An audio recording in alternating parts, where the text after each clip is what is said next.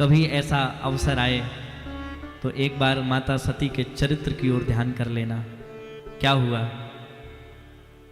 बुलाया नहीं गया है पर जा रही है।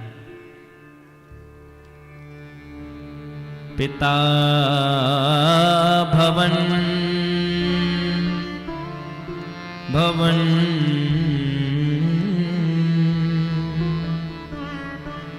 पिता भवन पिता भवन जब गई भवानी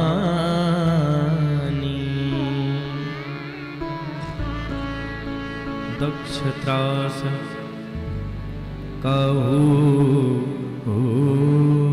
ना सम्मान। पिता भवन जब गई भवानी दक्ष त्रास काहू न सन्मानी।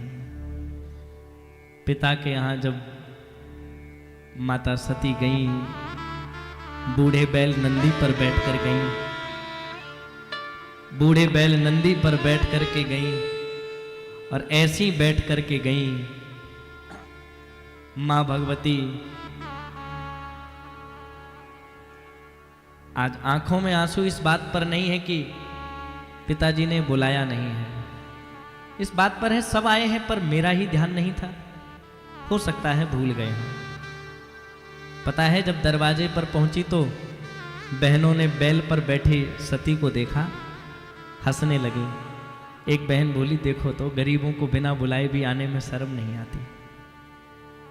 एक बोली वाहन बैल है, दूसरी बोली पति भी क्या इससे कम है।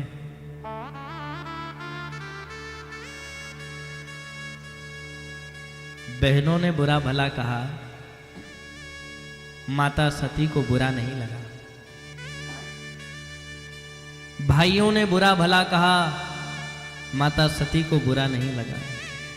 मैं सच कहूं, मैं कथा में कहीं भी जाता हूं, मुझे इस चरित्र को कहने में जितनी आत्मिक शांति मिलती है, मैं पूरे राम कथा के प्रसंग की बात कर रहा हूं। मैं प्रयास करता हूं कि इस प्रसंग को अवश्य सुनाया जाए। बहनों ने रोक दिया, भाइयों ने हंस लिया, चुगली कर ली, निंदा कर दी, बुरा नहीं लगा। बुरा तब लगा जब माता सती अंदर प्रवेश कर रही थी, इधर से दक्ष प्रजापति आ रहे थे। माता सती को ऐसा विश्वास था कि कोई बोले ना बोले पर हमारे पिताजी हमसे जरूर बोलेंगे, पर वह विश्वास अधूरा सा रह गया। जब माता सती आगे बढ़ी, दक्ष प्रजापति ने अपनी बेटी की ओर दृष्टि तो डाली, पर दृष्टि डालकर उन्हें बार बार अनदेखा करने का प्रयास करने लगे। आंख में आंसू लिए सती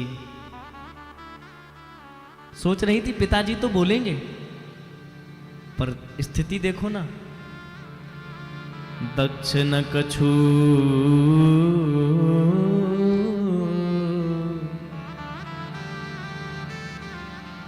पूछी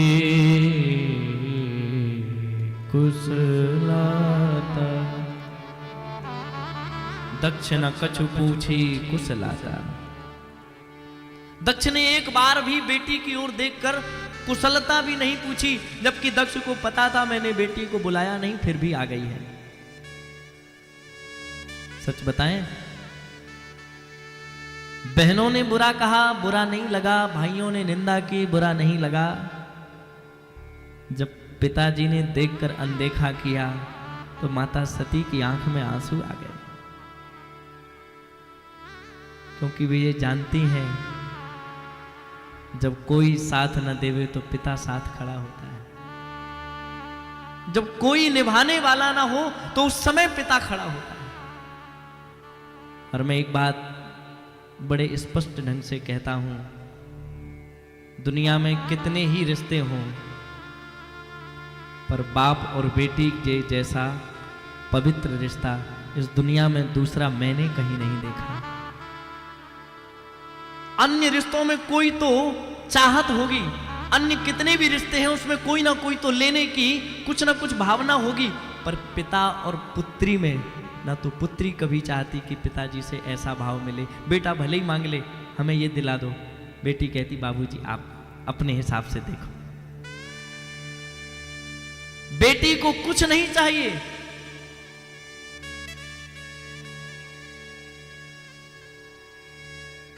फिर भी पिता प्रयास करता है कि चाहे हमारी पगड़ी किसी के सर में रख दी जाए पर हमारी बेटी कभी दुखी ना रहे।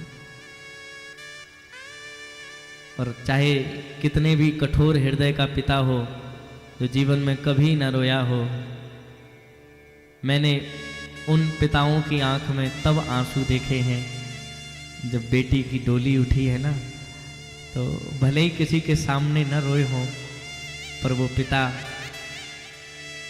जब घर आता है, सूना घर बेटी के बिना, तो कमरे में दरवाज़ा बंद करके अपनी बेटी की वो बचपन की तस्वीर निकाल के उसको हृदय से लगा के बहुत रोता है।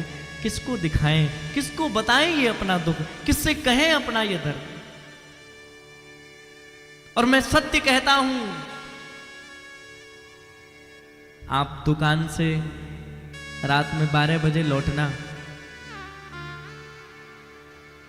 चाय बनाने के लिए बोलोगे तो हो सकता है पत्नी कह दे कि अब सो जाओ सुबह बनेगी। बेटे से कहो कि चाय, तो वो कहेगा बाबूजी मैं पढ़ रहा हूँ।